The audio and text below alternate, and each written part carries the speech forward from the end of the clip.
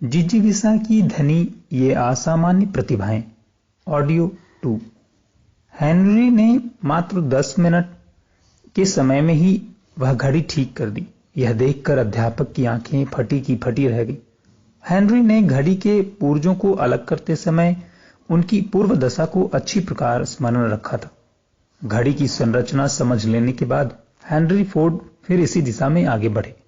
उन्होंने घड़ी के पुर्जों का आवश्यक ज्ञान प्राप्त किया और पड़ोस की सब घड़ियां वही ठीक करने लगे। पर जिस सफलता के कारण उन्हें सर्वाधिक याद किया जाता है वह है मोटर कार। उन्होंने सर्वप्रथम बसों और मोटर कारों का आविष्कार किया। जिस समय उन्होंने पहली कार बनाई थी तब वह बिल्कुल ही प्रारंभिक स्थिति में थी और लोग कल्पना भी नहीं कर सकते थे कि यह बिना घोड़े की गाड़ी किसी दिन सचमुच ऐश्वर्य और संपन्नता का प्रतीक बन जाएगी। मोटर कार के आविष्कार की कहानी 100 वर्षों से अधिक ज्यादा पुरानी नहीं है, पर इस बीच इस आविष्कार में जितने संशोधन किए गए और जितना इसका विकास हुआ उतना शायद ही किसी दूसरे आविष्कार का हुआ है। और यह भी एक आश्चर्य की बात है कि मोटर कार को आधुनिक रूप देने में फोर्ड की ही महत्वपूर्ण भूमिका रही। आज स्थिति यह है कि फोर्ड कंपनी की कार मजबूती और टिकाऊपन में सबसे श्रेष्ठ समझी जाती है। एक ही जीवन में प्रगति के इतने उच्च शिखर को छूने का श्रेय फोर्ड की लगन, परिश्रमशीलता, सूझबूझ और एकाग्रता को है। हेनरी फोर्ड का जन्म अमेरिका के मिशिगन राज्य में डियरबोर्ड नामक स्थान पर 30 जुलाई 1863 ईस्वी को हुआ था। आर्थिक उत्थान के लिए आवश्यक सभी गुण उन्होंने अपनी माता मैरी लिटियो गोट से विरासत के रूप में प्राप्त किए थे। वे एक संपन्न किसान की बेटी थीं, जबकि हेनरी के पिता एक साधारण कृषक थे। विलियम फोर्ड ने अपनी पत्नी के निर्देशों पर चलकर सामान्य दर्जे से भी नीचे के मजदूर किसान को मध्यम वर्ग तक उठाया था। हेनरी इनकी पहली संतान थे। जब वे 5 वर्ष के हुए तो पास ही कस्बे के स्कूल में उन्हें भर्ती कराया गया। स्कूल जाने के लिए उन्हें 2.5 मील की दूरी पैदल ही तय करनी पड़ती थी। खाना घर से ही साथ लेकर जाते, सुबह निकलते और रात में वापस लौटकर घर पहुंच जाते। उनके पिता की स्वाभाविक आकांक्षा यह थी कि अपने बेटे को अच्छा किसान बनाएं, पर हेनरी उधर दूसरी दिशा में प्रवृत्त हो रहे थे। घर से स्कूल और स्कूल से घर लौटते समय वे उधेड़ बुन में लगे रहते थे। जब वे 11 वर्ष के हुए थे, चाय की केतली, खाड़ी हल और छोटे छोटे पुर्जे उनके खिलौने बने। वे जब इस तरह के खिलौने से खेलते तो उनसे पिता बहुत नाराज होते थे, कारण कि उनकी समझ से यह कोई अच्छा काम नहीं था। जब वे अपने पड़ोसियों की घड़ियां सुधारने लगे तो पिता ने उनको ठठेरा तक कह डाला। पिता से जब ये बहुत तंग आ गए और पिता विलियम भी उनके कार्यों में बाधा डालने लगे तो हेनरी ने घर छोड़ दिया और डेट्रॉइट जाकर एक कारखाने में काम करने लगे। इस कारखाने में उन्हें 40 रुपया प्रतिमास मिलता था, जबकि निर्वाह के लिए इससे अधिक पैसों की आवश्यकता थी। इसके लिए उन्होंने किसी सर्राफ के यहां पार्ट टाइम काम ढूंढ लिया, अपनी समस्या को हल किया। इस प्रकार मेहनत के द्वारा जो कुछ मिलता उससे अब बचत भी होने लगी।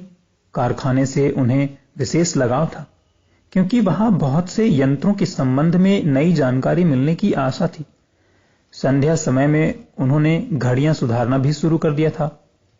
अभी उन्हें डेट्रॉइट में साल भर भी नहीं हुआ था कि घर से खबर आई कि पिताजी की तबीयत खराब हो गई है। हेनरी सब काम छोड़कर घर चले आए और उनका बताया काम करने लगे। स्वास्थ्य खराब हो जाने के कारण विलियम खेती बाड़ी नहीं संभाल सकते थे, अतः वह काम भी हेनरी के ही जिम्मे पड़ा। साल भर तक उन्होंने खेत जोता और फसल काटी। खेती करते समय उन्होंने देखा कि इस काम में काफी समय, प्रायः 24 घंटे कृषि की देखभाल और सार संभाल में ही बीत जाता है। अतः वे विचार करने लगे कि क्यों न कृषि कार्यों में विज्ञान का प्रयोग। उन दिनों ट्रैक्टर और फोर्डेशन का कहीं नामो निशान नहीं था। हेनरी ने खेतों में काम आने वाले वाष्प इंजन में रुचि लेना शुरू किया और उसमें कुछ ऐसे सुधार किए जिससे कि इंजनों की कार्य क्षमता बढ़ जाए और उनके रख रखाव पर भी अधिक खर्च न आए। यह सुधार करते समय हेनरी को इंजन की सभी बारीकियों का भी भली भांति ज्ञान हो गया। यही नहीं, वे अपने खेत के आसपास रहने वाले किसानों के इंजन भी सुधारने लगे।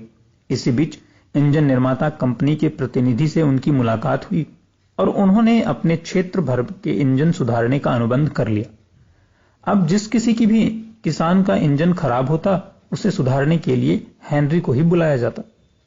फार्म पर रुकने के समय का उन्होंने अधिक से अधिक उपयोग किया और कुछ ऐसी विधियां ढूंढ निकाली जिनसे कि साल भर में मुश्किल से 1 महीने काम कर पूरे वर्ष की फसल ली जा सकती थी और शेष 11 महीने का उपयोग अन्य कार्यों में किया जा सकता था।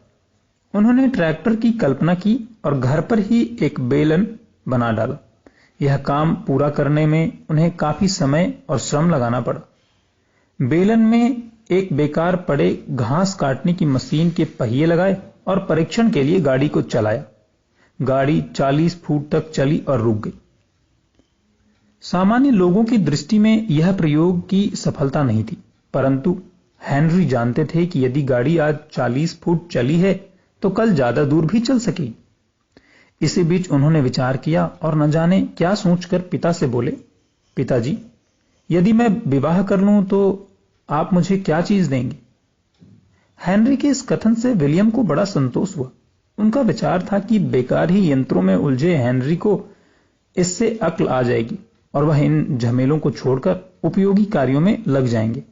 अतः उन्होंने हेनरी से कहा कि मैं तुम्हें रेकनर रोड के सामने वाला 80 एकड़ का टुकड़ा दे सकता हूं और वहां मकान के लिए जितनी लकड़ी की जरूरत पड़ेगी वह भी दूंगा। हेनरी ने इससे पूर्व ग्रीनफील्ड टाउनशिप की निवासिनी एक लड़की क्लारा ब्रायंट को अपने जीवन साथी के रूप में पसंद कर लिया था। क्लारा भी हेनरी को पसंद करती थी और वह उनकी प्रतिभा से प्रभावित थी। अतः दोनों ने परिणय बंधन में बंधने का निश्चय कर लिया था। हेनरी ने अपने पिता द्वारा जमीन पर उसके लिए आवश्यक लकड़ी मिलने का आश्वासन प्राप्त कर लकड़ियां कटवाना आरंभ किया और उनसे 31 फुट लंबी और 31 फुट चौड़ी 1.5 मंजिली इमारत तैयार करवाई। इसके बाद अप्रैल 1888 में क्लारा तथा हेनरी दाम्पत्य सूत्रों में बंध गए। रेकनर रोड पर मकान के साथ मिले प्लॉट में खेती, गौशाला और खलिहान के लिए भी पर्याप्त जमीन थी, लेकिन न तो यह मकान रहने के लिए बनाया गया था और न ही जमीन के लिए, मात्र सुरक्षित छोड़ा गया था। उन्होंने इस स्थान पर एक कारखाना बनाने की योजना बनाई थी और धीरे धीरे उस योजना को क्रियान्वित भी किया। वहां 3 लकड़ी चीरने की मशीन और अन्य कई मशीनें लगाईं। एक दिन हेनरी ने अपनी पत्नी से कहा, क्लारा, मेरा विचार डेट्रॉइट जाने को हो रहा है। मैं बिना घोड़े की गाड़ी बनाना चाहता हूं। क्या कहा? क्लारा फोर्ड चौंक कर बोली, बिना घोड़े की गाड़ी मैंने आज तक न तो देखी है और न सुनी है। हेनरी ने कहा, यह बात मेरे मन में काफी दिनों से है और मुझे विश्वास है कि यह संभव है। किस प्रकार? यह पूछने पर फोर्ड ने अपनी पत्नी को कागज पर बिना घोड़े की गाड़ी का कल्पना चित्र बनाकर दिखाया। साथ ही उन्होंने वाष्प शक्ति के संबंध में भी समझाया और उससे चलने वाली नाव, इंजन आदि के बारे में बताया। साथ ही उन्होंने यह भी कहा कि मैं वाष्प से गाड़ी चलाने की अपेक्षा पेट्रोल से गाड़ी चलाना ज्यादा पसंद करूंगा, क्योंकि इससे गाड़ी इतनी भारी नहीं बनेगी जितनी कि वाष्प इंजन से। क्लारा ने सारी बात समझ ली और उन्होंने विश्वास कर लिया कि उनके पति हेनरी केवल कल्पना ही नहीं कर रहे, वरन उसे साकार करने की दिशा में भी बढ़ रहे हैं, और वे दोनों डेट्रॉइट आकर रहने लगे। निर्वाह के लिए कोई न कोई काम करना ही था। दिन का समय वे बिना घोड़े की गाड़ी बनाने में लगाना चाहते थे, अतः उन्होंने रात के लिए एलिस लाइटिंग कंपनी में नौकरी कर ली और दिन का समय अपने काम में व्यतीत करने लगे। उनके मकान के पीछे खाली पड़े थोड़े से स्थान पर वे मोटर कार बनाने का प्रयोग करते रहे। प्रायः वे दिन भर इसी काम में व्यस्त रहते। पड़ोसी कहते, निठल्ला और झक्की आदमी है, लेकिन इन टिप्पणियों का हेनरी पर कोई प्रभाव नहीं पड़ा। वे चुपचाप अपने काम में लगे रहे। मानवता को अपनी कर्म साधना से लाभान्वित करने वाले व्यक्ति को लोगों ने प्रारंभ में क्या क्या नहीं कहा है। 1891 ईस्वी में डेट्रॉइट आए थे। उनकी बनाई कार कोई 2 वर्षों में तैयार हुई। अप्रैल का महीना था।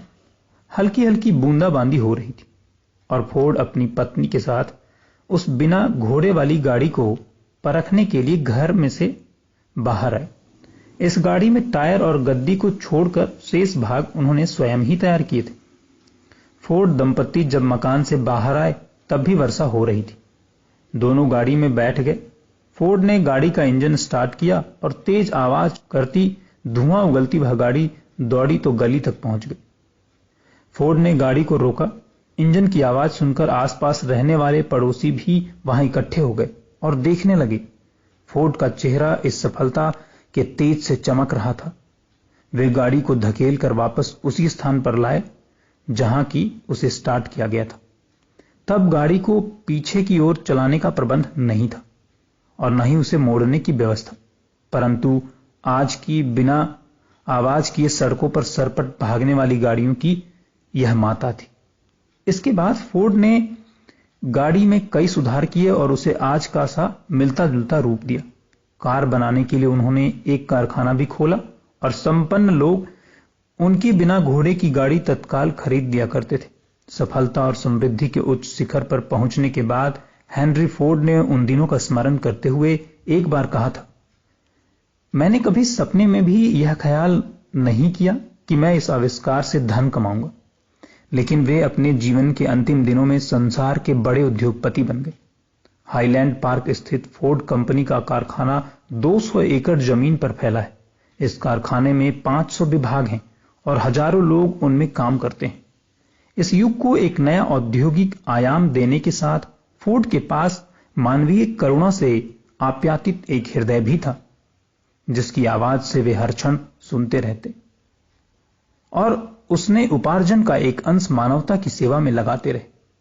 83 वर्ष की अवस्था में फोर्ड का निधन 7 अप्रैल 1947 ईस्वी को हुआ। बड़े बड़े लोग उनके मित्र थे और यहां तक प्रख्यात वैज्ञानिक एडिसन भी उनके मित्र थे। धन्यवाद। क्रमशः